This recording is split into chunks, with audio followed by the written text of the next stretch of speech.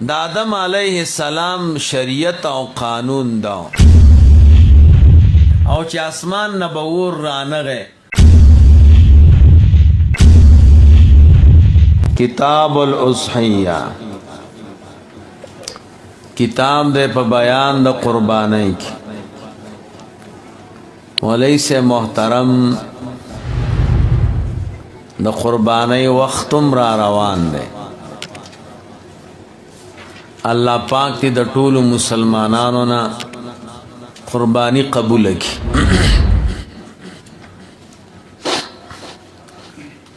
نن بدرتا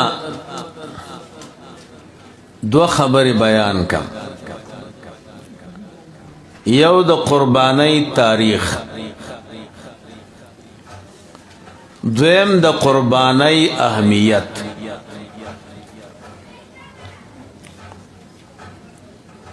د قربانی تاریخ دا د حضرت آدم علیہ السلام د دواړو بچیانو د قابیل او د حابیل د قصین دا را روانه شوه د آدم علیہ السلام دو بچیو یو تا قابیل وائی دویم تا حابیل وائی قابیل مولوی سے مشر بچیو او حابیل کشرو کپا مشر او کشر کے کل غلطی دیں نو دی حروف تا گو رہی قاف مخ کے راضی پا حروف تہجی کی کہا قاف نو قاف مخ کے دے نو دا مشر دے کنا او ها رست دا نو دا کشر دے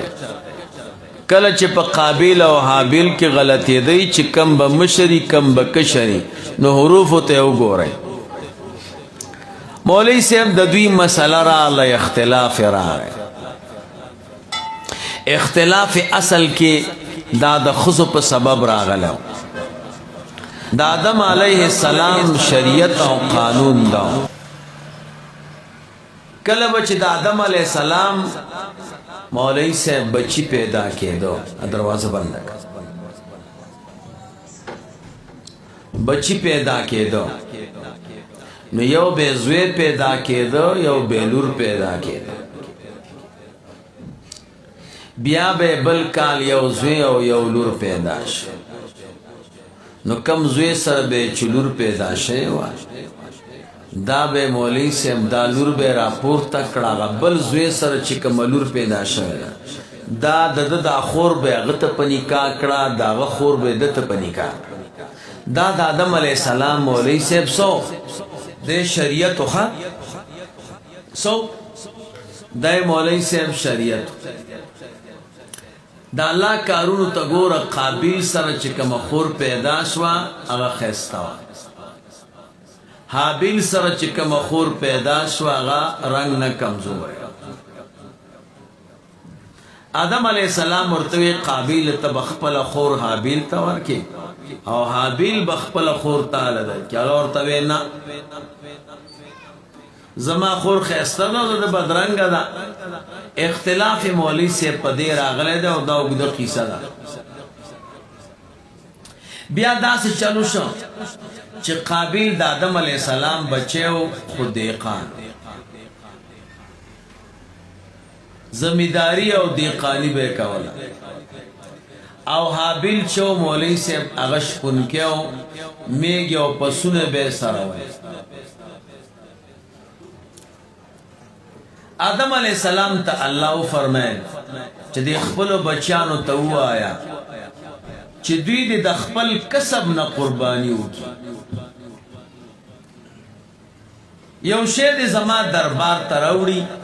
اگا وقت کی دا پروگرامو چی چا با قربانیو کلکنا اسمان نبور راتا غا بے سوزاو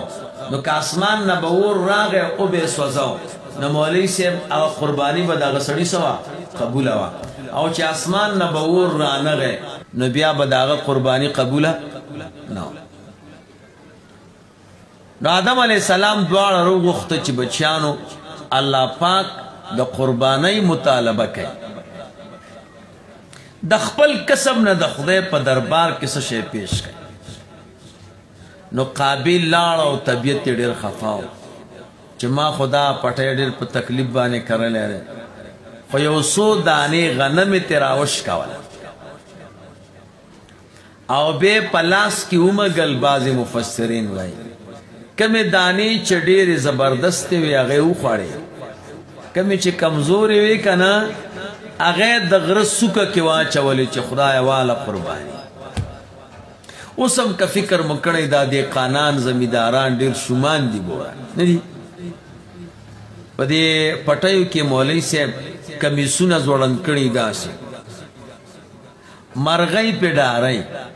نو چې مرغۍ راشي چې هلکه سړی خو ولاړ دی نو هغه ترېنه بیا وتښتي حالان کې په هر څه کې مولوي صاحب حکمت دی ښه د چینیان چې وو د چین والا یو زمانه کې مولوي صاحب دا پروګرام جوړ کړی دا چرچڼې ټولې مړې کړې مرغۍ وی ټول غنم یې وخوړ بیا الله په دې غنمو باندې یو چینجی پیدا کړ چې په یو دوا نه مړ کړي او نه یو شي خوړه بغیر د دې مرغۍ نه بیا مولوي صاحب یوه مرغۍ په 1500 ډالره باندې واغست چې اوس دې ملک کې مرغۍ پیدا شي هر څه کې د الله حکمت نو دهقانانو چې شومتیا مخکې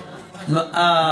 هغه زمانه کې شومان خو بیا گزاره کوله زموږ زمانه کې خو سم شومان ډېر وو که فکر مو کړی مخکې زمانه کې به چې دهقان پټی وکړه که نه نو ریشه به تیاره به شوه که نه نو بیا به په دې پټي کې د کلي دا ماشومان ګرځېدل او د غنمو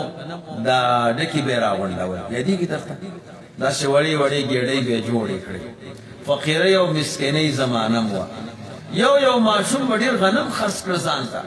او دکان ته به لاړ او په هغې به یې شیونه واخیستل به خوشحاله اوس ورشه که نه اوس د خدای که پټي کې پرېږدي نو یو بخل پکې دا راغی دویم نمبر مولوي صاحب بخل پکې دا راغی چې اوس ترېشلې راووتې یو دانه ترې نه ضایع کېږي دریم نمبر که فکر مو کړی ریشه به تیاره کړه په دغه کې پټي کې او بیا به د مولوي صاحب حق به جدا و د خلیفه او د نایي حق به جدا و د ترکان حق به جدا و هسې به هم په دې لاره فقیران مسکینان تېرېده غنم بیا ورکول اوس ورکوي پوهېږي اوس مولانا صاحب نو خدای پاک پې څه مقرر کړه مریضۍ پې مقرر کړې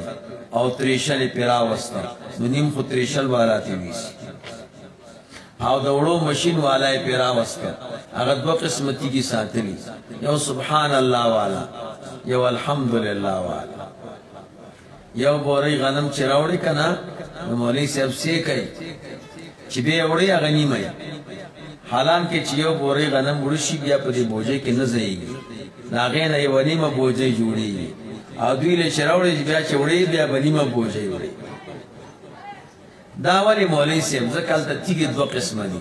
یو ته سبحان الله وایي سبحان الله تیږه چې دا هغه 50 کیلو ده څو کیلو ده 50 کیلو ده او بل الحمدلله هغه تیږه بیا 40 کیلو ده نو هغه کمی یې نو په سبحان الله تیږه یې درنه اخلي او په الحمدلله تیږې باندې بیا څه کوي بیا مولوي صاحب درکوي بهرحال مولوي صاحب قابل چې و ډېر شومو او هغه دا دانې هلته کېښود او حابل چې و ډېر قدردان ډېر په عاجزۍ او په اکرام باندې مولوي صاحب لاړو او د خپلو رمه کې چې دی قیمتي پسه را پیدا کړه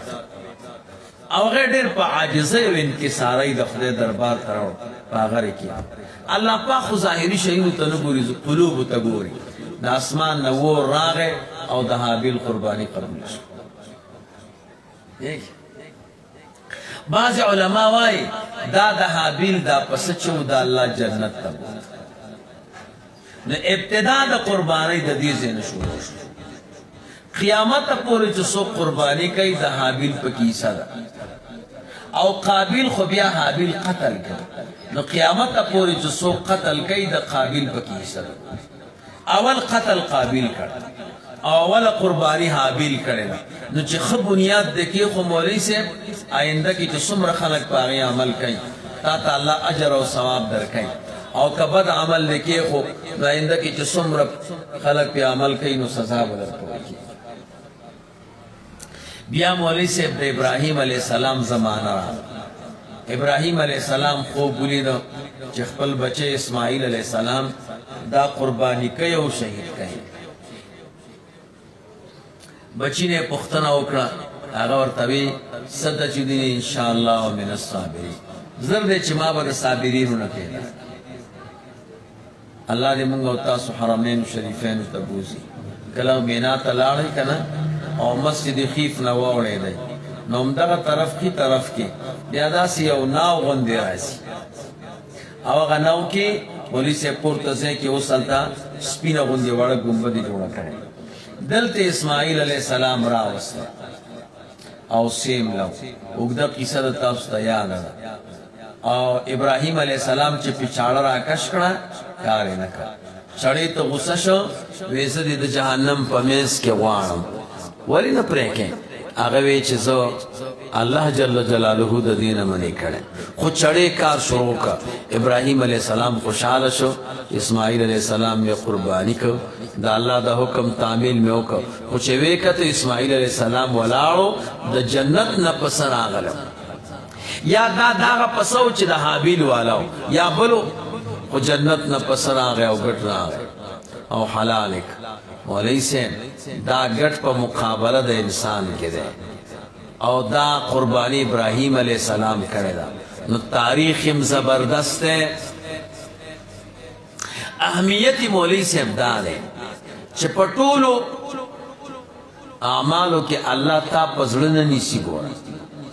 زړه کې ته ګناه تیرا کې پزړه دی نه نیسی واحد قربانی دا چې په نیت کې او پزړه کې د خراب نیت راغی په دې دی مله نیسی د دې وجه علماء وايي کوه کسان په یو مال کې شریک شو او د شپږو کسان او د شپږو نفرو هغه نیت د خدای پاک درازاو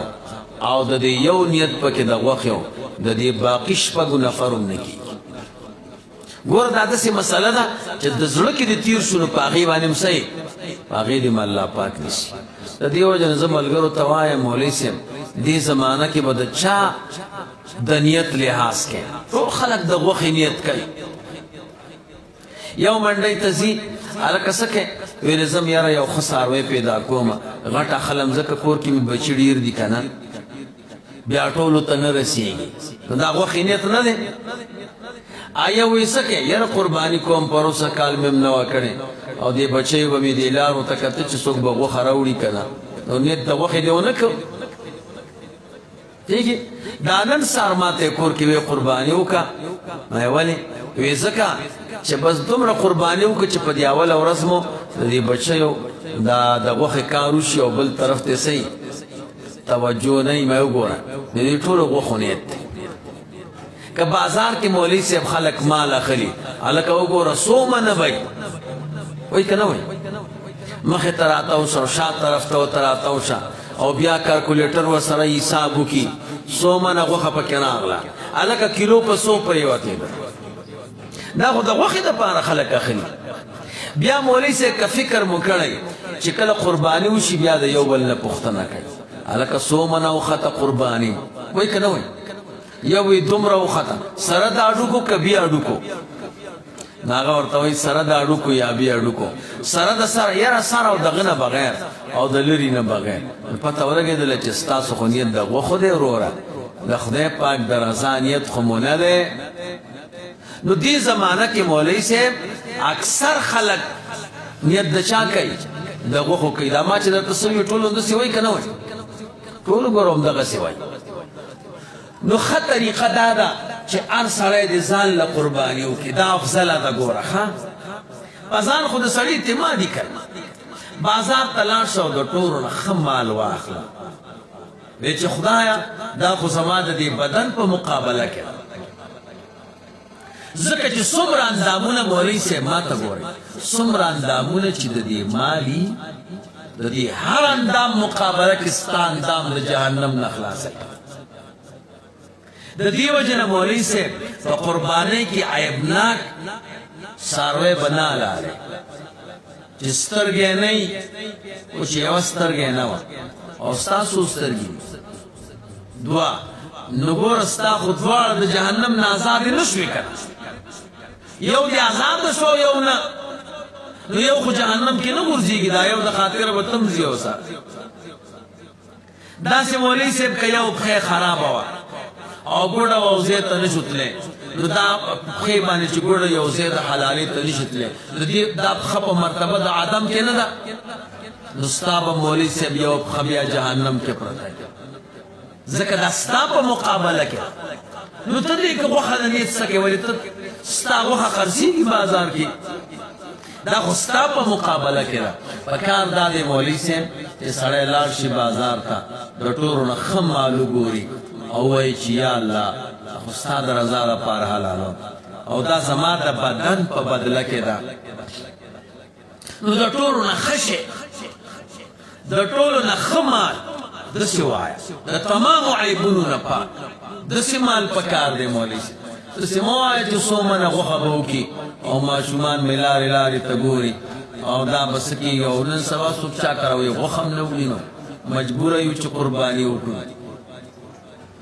پوهېږي نیم خلک مولوي صاحب د سره قرباني نه کوي ولې هلکه مړ وي چې قرباني وکړي بیا څوک غوښه درته نه راوړي وی چې د چا قرباني نه کړي هغوی کره ډېره غوښه ګوره د غوښې د خاطره څوک قرباني کوي څوک یې د غوښې د خاطره قرباني نه کوي الله بنده قرباني واجبه ده او ته بیا ګنهګار پاتې کېږي نو څنګه قرباني نه کوي نو دې زمانه کې مولوي صاحب زما خوښه دا ده چې هر سړی د ځان له مستقله قرباني وکړي که 1000 2000 روپۍ 3000 پې زیاتې راشي پروا یې مه ساته لیکن ستا د بدن کفاره ده او صرف د خدای پاک د رضا نیت وکړه باقي نورې مسلې چې قرباني په چا واجبه ده یو د قربانۍ نصاب څومره دی 2 او قربانۍ کې د عیبونو مسلې نو عیبونه 3 قسمه دي یو داسې عیبونه دي چې په قیمت کې فرق راولي دریم داسې عیبونه دي چې په غوښه کې فرق راولي دریم داسې عیبونه دي چې په حسن کې فرق راولي نو دا ټول درته تفصیل کوم ها کوم عیبونو تعلق چې د غوښې سره دی د قیمت سره مولوي صاحب هغې باندې قرباني نه کېږي د کومو عیبونو تعلق چې د حسن سره دی هغې سره قرباني کېږي خو چې کله 3 اعذار موجودي نو هغې وخت سره به انشاءالله بیا نورې خبرې کوي اللهم صل على سيدنا ومولانا محمد وعلى آل سيدنا ومولانا محمد وبارك وسلم وصل عليه